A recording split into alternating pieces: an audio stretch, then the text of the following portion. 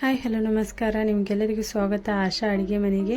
ನಿಮಗೂ ಕೂಡ bakery style tomato ಸಾಸ್ನ ಮನೆಯಲ್ಲೇ ಮಾಡಬೇಕಂತ ಇದ್ರೆ ಅದು ಕೂಡ ಪರ್ಫೆಕ್ಟಾಗಿ, ಹಾಗಾದರೆ ಈ ವಿಡಿಯೋನ ಎಂಡ್ವರೆಗೂ ಸ್ಕಿಪ್ ಮಾಡಿದೆ ನೋಡಿ. ಇದನ್ನು ಮಾಡಲಿಕ್ಕೆ ಕೇವಲ 20 ರಿಂದ 30 ರೂಪಾಯಿ ಖರ್ಚು ಮಾಡಿ ನೀವು ಟೊಮೆಟೊ ಸಾಸ್ನ ಅರ್ಧರಿಂದ 1 kg ಮನೆಯಲ್ಲೇ ಮಾಡ್ಬೋದು. ಇದನ್ನು ಮಾಡುವುದು ಕೂಡ ತುಂಬ ಸುಲಭ.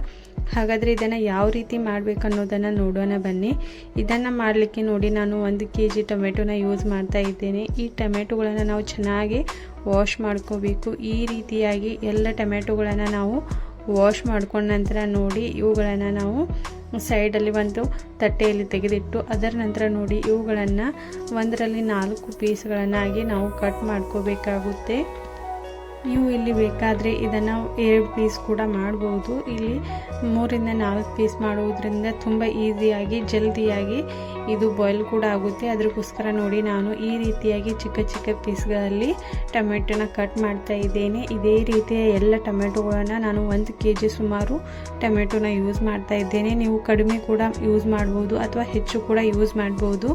ಇಲ್ಲಿ ನೋಡಿ ಇವುಗಳನ್ನು ಕಟ್ ಮಾಡಿ ಈ ರೀತಿಯಾಗಿ ಚಿಕ್ಕ ಚಿಕ್ಕ ಪೀಸ್ಗಳನ್ನು ರೆಡಿ ಮಾಡ್ಕೋಬೇಕು. ಅದರ ನಂತರ ನೋಡಿ ಈ ರೆಡಿಯಾಗಿರುವ ಚಿಕ್ಕ ಚಿಕ್ಕ ಪೀಸ್ಗಳ ಟೊಮೆಟೊಗಳನ್ನು ನಾವು ಒಂದು ಪಾತ್ರೆಯಲ್ಲಿ ಈ ರೀತಿಯಾಗಿ ಹಾಕಿ ಇದನ್ನು ಚೆನ್ನಾಗಿ ಮಿಕ್ಸ್ ಮಾಡ್ಕೋಬೇಕು.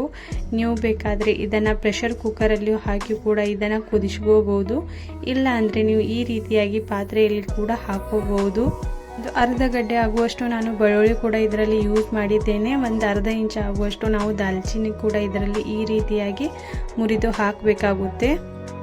ಇದನ್ನು ಹಾಕಿ ಚೆನ್ನಾಗಿ ಮಿಕ್ಸ್ ಮಾಡ್ಕೋಬೇಕು. ಈ ರೀತಿಯಾಗಿ ಒಂದು ಸರ್ತಿ ಮಿಕ್ಸ್ ಮಾಡಿದ ನಂತರ ನೋಡಿ ಗ್ಯಾಸ್ನ ಮೀಡಿಯಮ್ ಫ್ಲೇಮಲ್ಲಿಟ್ಟು ಒಂದು 7 ರಿಂದ 8 ನಿಮಿಷವರೆಗೆ ಇದನ್ನು ಚೆನ್ನಾಗಿ ಬಾಯ್ಲ್ ಆಗಲಿಕ್ಕೆ ಬಿಡಬೇಕಾಗುತ್ತೆ. ಈ ರೀತಿಯಾಗಿ 7 ರಿಂದ 8 ನಿಮಿಷ ಆದ ನಂತರ ನೋಡಿ ತಟ್ಟೆ ತೆಗೆದ ನಂತರ ನೋಡಿ ಈ ರೀತಿಯಾಗಿ ಇದರ ಸಿಪ್ಪೆ ಟೊಮೆಟೊ ಸಿಪ್ಪೆ ಇರುತ್ತೆ ಅಲ್ವಾ, ಅದು ಸೆಪ್ರೇಟ್ ಆಗಬೇಕು. ಈ ರೀತಿಯಾಗಿ ಚೆನ್ನಾಗಿ ಕುದ ನಂತರ ನೋಡಿ ನಾವು ಗ್ಯಾಸ್ನ ಈ ಸಮಯದಲ್ಲಿ ಆಫ್ ಮಾಡಿಕೊಂಡು ಇದನ್ನು ಒಂದು ಸ್ವಲ್ಪ ತಣ್ಣಗಾಗಲಿಕ್ಕೆ ಬಿಡಬೇಕು. ಇದು ತಣ್ಣಗಾದ ನಂತರ ನೋಡಿ ಇಲ್ಲಿ ನಾವು ಯಾವುದೇ ರೀತಿ ಟೊಮೆಟೊ ಸಿಪ್ಪೆ ತೆಗೆಯೋ ಅವಶ್ಯಕತೆ ಇಲ್ಲ. ಇದನ್ನು ಚೆನ್ನಾಗಿ ಮಿಕ್ಸ್ ಮಾಡಿಕೊಂಡು ಇದನ್ನು ನಾವು ತಣ್ಣಗಾದ ನಂತರ ನಾವು ಇದನ್ನು ಮಿಕ್ಸಿ ಜಾರ್ಗೆ ಹಾಕಿ ಇದನ್ನು ಚೆನ್ನಾಗಿ ಪ್ಯೂರಿನ ರೆಡಿ ಮಾಡ್ಕೋಬೇಕಾಗುತ್ತೆ. ಇಲ್ಲಿ ನೋಡಿ ಚೆನ್ನಾಗಿ ತಣ್ಣಗಾದ ನಂತರ ನೋಡಿ ಇದನ್ನು ಪೇಸ್ಟ್ನ ರೆಡಿ ಮಾಡ್ಕೊಳ್ಳೋಣ. ಇದನ್ನು ಈ ರೀತಿಯಾಗಿ ಚೆನ್ನಾಗಿ ಪೇಸ್ಟ್ನ ರೆಡಿ ಆದ ನಂತರ ನೋಡಿ ಇದನ್ನು ಯಾವುದಾದ್ರೂ ಒಂದು ಚಾನಿಗೆ ಸಹಾಯದಿಂದ ಈ ರೀತಿಯಾಗಿ ಇದನ್ನು ಚೆನ್ನಾಗಿ ಚಾನ್ಸ್ಕೋಬೇಕಾಗುತ್ತೆ. ಅಂದರೆ ಇದರ ಸಿಪ್ಪೆಗಳು ಅಥವಾ ಯಾವುದಾದ್ರೂ ಕೆಲವೊಂದು ಟೊಮೆಟೊ ಪೀಸ್ಗಳು ಉಳಿದಿರ್ತಲ್ವ ಅದು ಕೂಡ ಚೆನ್ನಾಗಿ ಈ ರೀತಿಯಾಗಿ ಉಳಿದು ಬಿಡುತ್ತೆ. ಅದಕ್ಕೋಸ್ಕರ ನೋಡಿ ಇದನ್ನು ಚೆನ್ನಾಗಿ ನಾವು ಚಾನ್ಸ್ಕೋಬೇಕಾಗುತ್ತೆ. ಈ ರೀತಿಯಾಗಿ ಉಳಿದ ಎಲ್ಲ ಟೊಮೆಟೊ ಪೇಸ್ಟ್ ಕೂಡ ನಾನು ಈ ರೀತಿಯಾಗಿ ಚೆನ್ನಾಗಿ ಚಾನಿಸ್ತಾ ಇದ್ದೇನೆ. ಈ ರೀತಿಯಾಗಿ ಚಾನಿಸಿದ ನಂತರ ನೋಡಿ ಈ ಟೊಮೆಟೊ ಪ್ಯೂರಿನ ನಾವು ಇವಾಗ ಗ್ಯಾಸ್ ಮೇಲೆ ಇಡಬೇಕಾಗುತ್ತೆ. ಗ್ಯಾಸ್ನ ಮೀಡಿಯಮ್ ಫ್ಲೇಮಲ್ಲಿಟ್ಟು ಇದನ್ನು ಕುದಿಲಿಕ್ಕೆ ಇಡಬೇಕು. ಕುದಿಲಿಕ್ಕೆ ಇಟ್ಟ ನಂತರ ನೋಡಿ ಈ ರೀತಿಯಾಗಿ ಚೆನ್ನಾಗಿ ಮಿಕ್ಸ್ ಮಾಡ್ತಾ ಒಂದು 5 ನಿಮಿಷವರೆಗೂ ಇದನ್ನು ಬಾಯ್ಲ್ ಬರಲಿಕ್ಕೆ ಬಿಡಬೇಕು. ಈ ರೀತಿಯಾಗಿ ಚೆನ್ನಾಗಿ ಬಾಯ್ಲ್ ಬರಲಿಕ್ಕೆ ಸ್ಟಾರ್ಟ್ ಆದ ನಂತರ ನೋಡಿ ನಾವು ಈ ರೀತಿಯಾಗಿ ಚಮಚೆ ಯಾವುದಾದ್ರೂ ಸ್ಪೂನ್ ಸಹಾಯದಿಂದ ಈ ರೀತಿಯಾಗಿ ಮಿಕ್ಸ್ ಮಾಡ್ತಾ ಇದನ್ನು ಮತ್ತೆ 5 ನಿಮಿಷವರೆಗೂ ಚೆನ್ನಾಗಿ ಇದನ್ನು ಕುದಿಲಿಕ್ಕೆ ಬಿಡಬೇಕು. ಈ ರೀತಿಯಾಗಿ ಕುದ ನಂತರ ನೋಡಿ ಇದಕ್ಕೆ ಒಂದು 1/2 ಟೇಬಲ್ ಸ್ಪೂನ್ ಆಗುವಷ್ಟು ಉಪ್ಪನ್ನು ಹಾಕಬೇಕಾಗುತ್ತೆ. ಉಪ್ಪು ಹಾಕಿದ ನಂತರ ನೋಡಿ 1 ಟೇಬಲ್ ಸ್ಪೂನ್ ಅಷ್ಟು ಕೆಂಪು ಖಾರದ ಪುಡಿನ ಕೂಡ ಹಾಕ್ತಾ ಇದ್ದೇನೆ. ಇಲ್ಲಿ ಕೆಂಪು ಖಾರದ ಪುಡಿ ಹಾಕೋದು ಕೂಡ ಅಷ್ಟೇ ಇಂಪಾರ್ಟೆಂಟ್ ಇದೆ. ಇಲ್ಲಿ ನೋಡಿ ಅದರ ನಂತರ ನೋಡಿ ಇದನ್ನು ಚೆನ್ನಾಗಿ ಒಂದು ಸರ್ತಿ ಮಿಕ್ಸ್ ಮಾಡಿಕೊಂಡು ಇದನ್ನು ಕುದಿಲಿಕ್ಕೆ ಬಿಡಬೇಕಾಗುತ್ತೆ.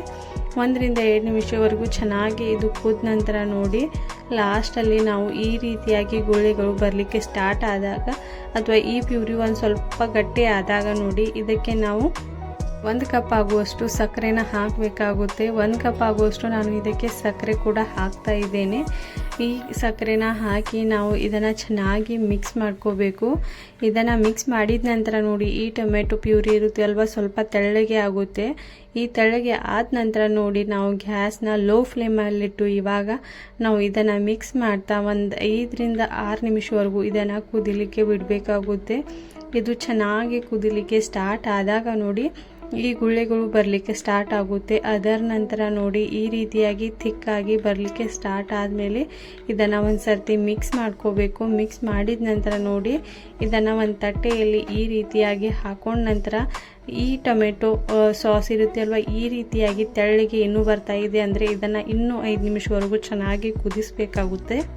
ಈ ಟೊಮೆಟೊ ಸಾಸ್ ಪರ್ಫೆಕ್ಟ್ ಆಗಿದೆ ಅಂತ ತಿಳಿಬೇಕಂದ್ರೆ ನೀವು ತಟ್ಟೆಯಲ್ಲಿ ಹಾಕಿದ ನಂತರ ನೋಡಿ ಈ ಟೊಮೆಟೊ ಸಾಸ್ ಕೆಳಗಡೆ ಈಸಿಯಾಗಿ ಬರಬಾರ್ದು, ಅದರ ನೀರು ಕೂಡ ಸೆಪ್ರೇಟ್ ಆಗಬಾರ್ದು. ಇವಾಗ ನೋಡಿ ನಾನು ತಟ್ಟೆಯಲ್ಲಿ ಟೊಮೆಟೊ ಸಾಸ್ ಹಾಕಿದ ನಂತರ ಈ ರೀತಿಯಾಗಿ ತಟ್ಟೆಯಲ್ಲಿ ಹಾಕಿ ನಾವು ತಟ್ಟೆನ ಈ ರೀತಿಯಾಗಿ ಸ್ಟ್ರೇಟಾಗಿ ನಿಲ್ಲಿಸಿದ ನಂತರ ಅದು ಬೀಳ್ತಾ ಇಲ್ಲ ಅಂದರೆ ಇದು ಪರ್ಫೆಕ್ಟಾಗಿ ಟೊಮೆಟೊ ಸಾಸ್ ರೆಡಿ ಆಗಿದೆ ಅಂತ ಅರ್ಥ. ಇದನ್ನು ನೋಡಿ ಈ ರೀತಿಯಾಗಿ ಆದ ನಂತರ ನೋಡಿ ಇದನ್ನು ಗ್ಯಾಸ್ನ ಆಫ್ ಮಾಡಿ ತಣ್ಣಗಾಗಲಿಕ್ಕೆ ಬಿಟ್ಟು ಯಾವುದಾದ್ರೂ ಒಂದು ಕಾಚಿನ ಬರಣಿಯಲ್ಲಿ ಇದನ್ನು ತುಂಬಿ ಸ್ಟೋರ್ ಕೂಡ ಮಾಡಬಹುದು. ಒಂದು ವೇಳೆ ನೀವು ಇದು ತುಂಬ ದಿನ ಯೂಸ್ ಮಾಡಬೇಕಂತ ಇದ್ದೀರಾ ಅಥವಾ 1 ತಿಂಗಳಗಟ್ಟಲೆ ಯೂಸ್ ಮಾಡಬೇಕಂತ ಇದ್ದೀರಾ, ಹಾಗಾದರೆ ಇದಕ್ಕೆ ಒಂದು 3 ರಿಂದ 4 ಟೇಬಲ್ ಸ್ಪೂನ್ ಆಗುವಷ್ಟು ವಿನೆಗರ್ ಹಾಕಿ ಕೂಡ ನೀವು ಇದನ್ನು ಹೆಚ್ಚು ದಿನ ಕೂಡ ಸ್ಟೋರ್ ಮಾಡಬಹುದು. ಇಲ್ಲಿ ನೋಡಿ ತುಂಬ ಈಸಿಯಾಗಿ 20 ರಿಂದ 30 ರೂಪಾಯಿಯಲ್ಲಿ ನೀವು ಟೊಮೆಟೊ ಸಾಸ್ನ ಮನೆಯಲ್ಲೇ ಮಾಡಬಹುದು. ವಿಡಿಯೋ ಇಷ್ಟವಾದರೆ ಲೈಕ್ ಮಾಡಿ.